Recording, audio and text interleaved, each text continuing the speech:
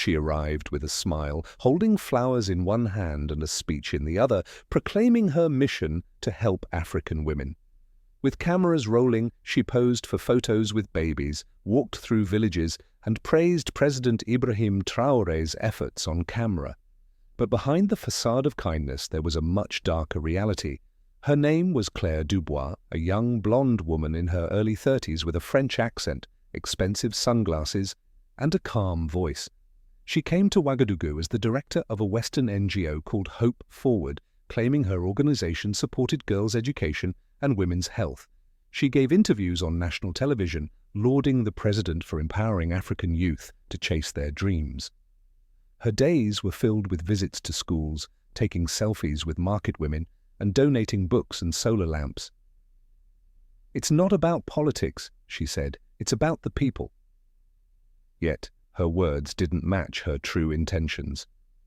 What no one knew was that Claire wasn't really focused on the people at all. She wasn't even based in Burkina Faso. Her real base was in Abidjan, Côte d'Ivoire, and her true mission was far darker than humanitarian aid. While she spent her days touring rural villages, at night she was engaged in encrypted phone calls and sending quiet messages to unknown contacts. She always traveled with a tall, silent man, her media officer, who never revealed his name. Claire carried 2 phones, one for public use and one for security. She asked strange questions. How far is the nearest military base? How often do soldiers change shifts in this area? Has Burkina Faso received any drones recently? At first, no one suspected anything. She was polite, clean, fluent in French, and gave out free things to the locals. But something felt off to some. One woman in a small village quietly remarked to a local leader, "She's not here to help us. She's here to find something." Burkinabe intelligence had already flagged her. They had discovered that the NGO she worked for was tied to a strategic monitoring program funded by a large American foundation. They learned her emails were routed through a French IP address using code names like Phase Orange and Tax Zone. Despite growing suspicions, President Traoré, ever the strategist, chose to let her continue her work. Let her believe she's winning. The more she thinks she's succeeding, the clearer her real mission will become. So, Claire continued her work, unaware that her biggest donation to the cause would be the very thing that led to her exposure. The world was about to learn the truth. It was the 3rd week in Burkina Faso, and Claire Dubois was everywhere.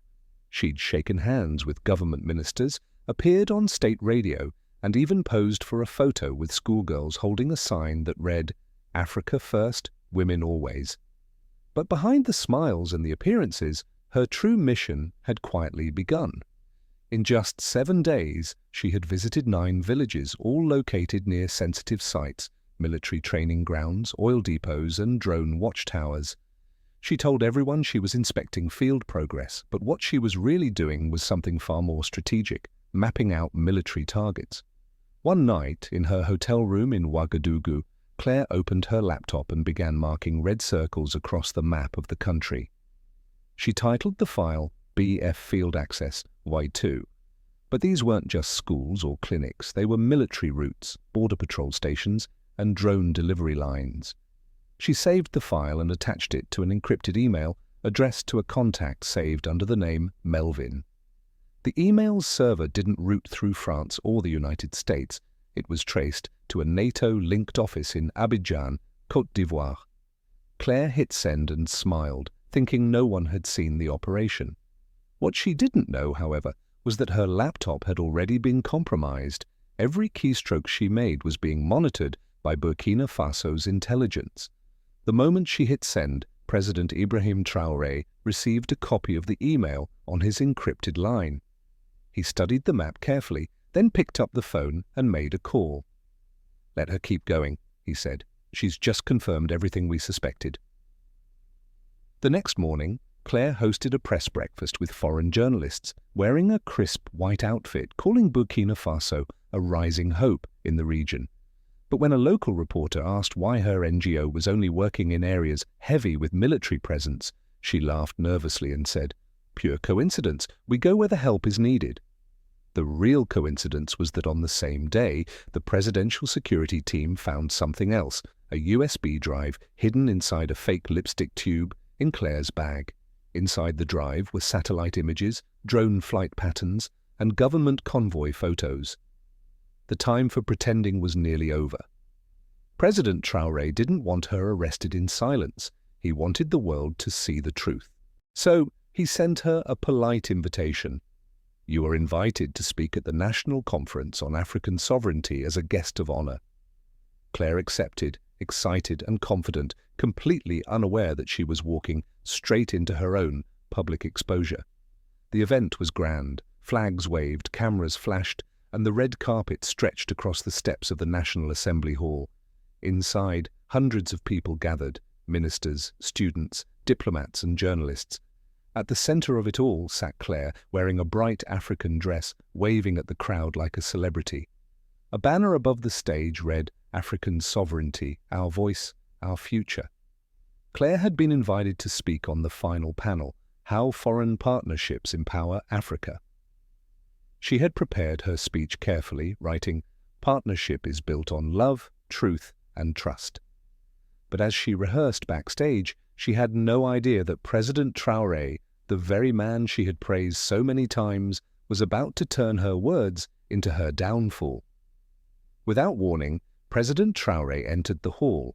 No fanfare, no announcement. He simply walked in during the middle of the panel, sat quietly in the third row, and watched her. Claire noticed him and smiled, but the audience felt the shift. When her name was called, she stepped onto the stage with full confidence. "Burkina Faso is a shining light," she began. "I have walked its villages, spoken to its women, seen its hope." The audience clapped politely. "We, the global community, are not here to control. We are here to serve. We are your friends."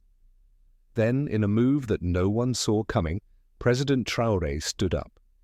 The room fell silent as he made his way to the front of the hall. "Madame Claire," he said gently, "you speak of trust. Would you trust us enough to answer a few questions? Live?" Claire froze. "Of course," she said, trying to laugh it off. But the room was silent now. The cameras zoomed in, and on the screen behind her, a file appeared. BF-field access-V2.pdf. Her eyes widened in shock. It was her map. The very map she had sent 2 nights earlier from her hotel. This conference, which had been meant to celebrate Africa's sovereignty, was now the stage for her public reckoning. Behind her, the map glowed on the screen, red circles marking military targets, border patrols and drone flight paths. She blinked, trying to compose herself, but the smile disappeared from her face. The file wasn't random. It was the exact military access map she had emailed to the encrypted server in Abidjan. "Claire," President Traoré said softly, "do you recognize this?" She hesitated. I'm not sure where this came from." Without interrupting her, another document appeared behind her, an email with her name on it, claire.dubois@hopeforward.org. Subject, Phase Orange, Tracking. Com vehicles, civilian-friendly zones. Body, BF, West routes. Exposed, minimal resistance from volunteers. Use school visits for visual confirmation. Mission continues. Her own words echoed through the hall. Gasps filled the room. Even the foreign diplomats leaned forward in disbelief. A local journalist stood up from the back row and shouted, "She was spying on the army, using women and children to hide her mission." Claire's hands began to shake. "This isn't what it looks like," she stammered, trying to explain. "I was just sending data for fundraising." "Fundraising?" President Traoré asked quietly. "You came here pretending to help our women, but what you were really doing was weakening our defenses. Worse, you did it under the guise of working with our children." The audience was silent as Claire started to cry. Tears ran down her cheeks as the weight of the truth sank in. It wasn't just the evidence, it was the eyes of hundreds of people watching her crumble on stage. One woman in the audience stood up and shouted, "You used us! You lied to us!" Another whispered, She took photos of my child. I trusted her. Claire dropped the mic, her eyes searching Traoré's. Please, can we talk in private? Not like this, she begged. But he didn't answer. He simply stepped aside. Two plainclothes officers walked onto the stage, silent, unwavering. They didn't touch her, they didn't force her, they just stood by, waiting. The cameras zoomed in. Traoré turned to the crowd, his voice calm but piercing. They send soft faces now. They send kind eyes, clean hands, clever names, but beneath them are the same old plans. Claire was escorted down the stairs, the audience frozen in stunned silence. Near the front, a young girl cried, not because she supported Claire, but because she had believed her. She said she was one of us, the girl whispered. But she wasn't. And now the whole world knew. By sunrise, the clip had gone viral. Claire Dubois, once hailed as a humanitarian, was now exposed as a spy. Her downfall played out on screens everywhere: Twitter, WhatsApp, TikTok, Al Jazeera, BBC. Every outlet ran the headline, Traoré exposes foreign operative masquerading as charity CEO. Some tried to defend her. A French newspaper called it a misunderstanding. A US-based NGO claimed she was gathering data for research purposes. But no one could explain the emails, the map, the fake lipstick USB filled with satellite footage of Burkina Faso military sites. That afternoon, a secure line rang inside the presidential compound. President Ibrahim Traoré answered it himself. "Excellency," said Alassane Ouattara, President of Côte d'Ivoire, "I ask that we treat this matter with diplomacy. This woman holds cross-border ties. Let us handle it quietly." Traoré didn't raise his voice. He didn't even pause. "She sent sensitive intelligence from your capital to parties operating in Paris and Washington. She stood in our villages with lies in her pocket. You can handle your guests however you want, but here in Burkina Faso, we handle traitors one way, with justice."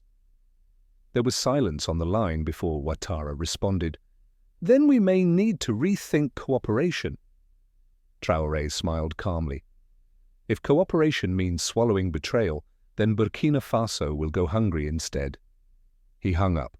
Within the hour, a second request came, this time from the French ambassador in Ouagadougou, requesting a private meeting to discuss a quiet resolution.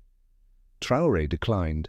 Instead, he walked to the National Press Center and delivered one of the shortest speeches of his presidency. They ask us to forget. They ask us to forgive. But they never ask themselves how it feels when their operatives sit in our homes, shake our hands, and send our secrets across oceans. In the audience were villagers from the places Claire had visited, mothers, teachers, even children who had been photographed. One woman stood up and said, "Mr. President, thank you for protecting our trust." That night, across Africa, people didn't just talk about the spy. They talked about the moment when the mask was pulled off, not by force, but by calm, unwavering truth. Claire, meanwhile, sat in a government facility just outside Ouagadougou. No cameras, no press, just a notebook and the weight of the trap she thought she had set, now closed around her. 3 days after her arrest, Claire Dubois remained silent. No press statement, no apology. No embassy official could undo the damage already done. Inside her holding room, she was no longer the smiling CEO who once stood on stage. She was just a woman, staring at the walls, her mission collapsing under the weight of its own lies. But outside, Burkina Faso had already moved on, not in forgetfulness, but in strength. At the University of Ouagadougou, students hosted an event titled, "They Used to Send Soldiers, Now They Send Smiles." Paintings were displayed, speeches were given, but the most powerful moment came when President Ibrahim Traoré walked in unannounced. He stood before the young audience and spoke plainly. They used to come with guns, now they come with cameras. They used to hide behind uniforms, now they hide behind causes. But whether they wear suits or scarves, whether they speak French or English, if they come to break us, they will leave exposed. The crowd erupted into applause. For almost a minute, The applause rang out, but Traoré wasn't done. He pointed to the projector screen where a single sentence appeared, bold, simple, unforgettable. The next one they send will be received the same way, calmly watched and unforgiven. That line spread across Africa within hours.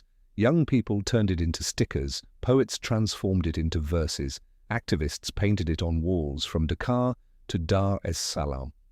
Even some Western journalists began asking tougher questions at home.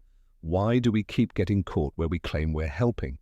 The story of Claire Dubois became a symbol not just of espionage, but of a larger truth. Africa is no longer soft ground, and Burkina Faso, under President Ibrahim Traoré, would no longer bow to diplomacy dressed as deception. As for Claire, she was eventually released, but banned for life from returning to Burkina Faso or any allied Sahel nation. Her name is no longer remembered for her charity work, but for the moment she stood on stage, holding a microphone, and found herself exposed, caught and crushed by truth.